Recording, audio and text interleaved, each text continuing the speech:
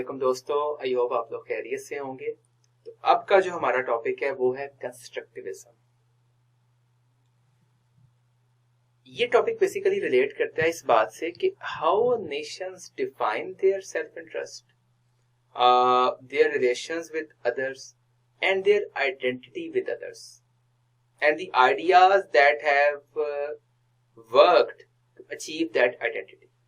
ठीक है, construction of the ideas and the identity, इससे आप ले लें बात को।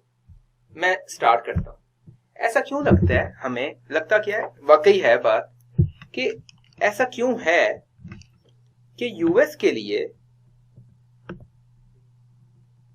जब नॉर्थ कोरिया कोई वेपन बनाता है या ईरान तो वो खतरा है, लेकिन जब ब्रिटेन बनाता है तो कोई खतरा नहीं है। रियलिस्ट फॉरन कहेंगे जी बिकॉज ऑफ द फैक्ट कि North Korea poses a military threat to US, लेकिन from a purely military point of view Great Britain is a far superior power than North Korea, है ना। तो the answer lies in the fact कि इन दोनों की एक shared history, shared alliances, shared identities है। ब्रिटेन जितने मर्जी वेपन्स को डेवलप कर ले, यूएस को कोई उससे खतरा या प्रॉब्लम पैदा नहीं हो सकती। But it will be if north Korea even develops a single weapon.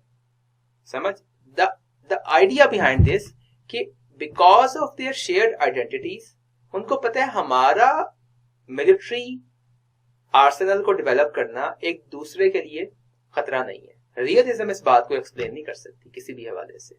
इस तरह आप याद करें कि एक जमाने में पायरेट्स ने दुनिया में हैवक रीक की हुई थी। पायरेसी, लैंड लूट लेना और जहाजों को गर्क कर देना। लेकिन आज के जमाने में हम मूवीज बना रहे होते हैं, पायरेट्स ऑफ द कैरिबियन, और उनको ग्लोरीफाई करते हैं, बाकायदा उनकी शर्ट्स होती हैं। कोई बंदा सोच भी सकता था आज से 300 या 200 साल पहले के ऐसा भी हो सकता है। ठीक है, तो वो कंस्ट्रक्शन वो चेंज हो जाता है। इंसान की जो आइडिया है ना अबाउट अ स्पेसिफिक थिंग, वो चेंज हो जाती होती है। इस तरह से हम मिसाल एक और लेते हैं कि Switzerland choose not to fight. याद होगा आपको, because Switzerland as a neutral हवाले से जिस तरीके से एक्सर्ट कर सकता है अपनी एक इन्फ्लुएंस को, वो किसी साइड के ऊपर जाके वो नहीं कर सकता उस तरह। फिर आप मिसाल ले लें इंडिया पाकिस्तान की, कि अगर चाइना डेवलप करता है कुछ वेपन्स तो पाकिस्तान को कोई खतरा नहीं है, लेकिन अगर इंडिया करता है तो, और अगर कॉन्सिक्वेंटली उसी हवाले से पाकिस्तान करता है, तो दोनों को प्रॉब्लम है और बहुत ज्यादा प्रॉब्लम है। इस तरीके से आप आ जाएं यूरोपियन यूनियन के ऊपर और जापान पे। जापान आपको याद होगा एक जमाने में बेलिजरेंट किस्म की पावर थी 20वीं सदी में। वर्ल्ड वॉर 2 के बाद जापान ने अपनी आइडियाज को कंस्ट्रक्ट और तरीके से कर लिया, वो चेंज हो गया है। Same goes for the European union. दो दुनिया की बड़ी वॉर्स जो है वो यूरोप की सॉइल पे लड़ी गई थी, वर्ल्ड वॉर 1, 2, और अब उन्होंने अपने आइडियाज को रिकंस्ट्रक्ट किया है और यूरोपियन यूनियन के थ्रू पीस और सॉलिडेरिटी को अचीव कर रहे हैं।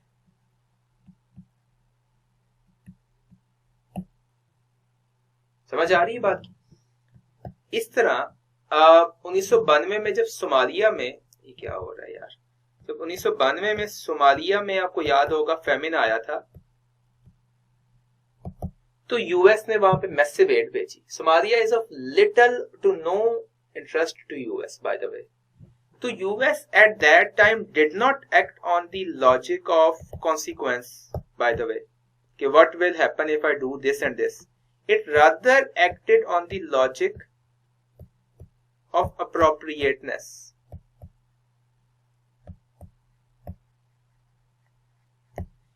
कि what is more appropriate in this case. So next ये बात है कि आजकल की जो हम देखते हैं मॉडर्न स्टेट सिस्टम की डेफिनेशन है ना, उसमें ये चीज आती है कि उसमें साइंस ब्यूरोक्रेसी होनी चाहिए और उसकी एक बड़ी अच्छी आर्मी होनी चाहिए। क्योंकि जो एडवांस्ड स्टेट्स हैं उनके पास साइंस ब्यूरोक्रेसीज होती हैं और बड़ी अच्छी आर्मीज होती हैं। सो उनकी देखा देखी जो हमारे थर्ड वर्ल्ड कंट्रीज हैं उन्होंने भी साइंस ब्यूरोक्रेसीज डेवलप करना शुरू कर दी हैं। ये अलग बात है कि उनके पास साइंटिस्ट ना होने के बराबर है, और बहुत से मुल्कों ने आर्मीज डेवलप करना शुरू कर दी हैं जबकि उनके कोई खातिर ख्वाह दुश्मन मौजूद नहीं है। तो इसके अंदर कंस्ट्रक्टिविस्ट यही थ्योरी को अप्लाई करते हैं कि it all is down to the development of the ideas at the end of the day, कि आप किस तरीके से दुनिया को देखते हैं और वो आइडियाज को कंस्ट्रक्ट करते हैं अबाउट योर थॉट प्रोसेसेस। इसमें यह है कि ग्लोबल वैल्यूज को परमिएट किया जा रहा है थ्रू ग्लोबल एंटरप्रेन्योर्स,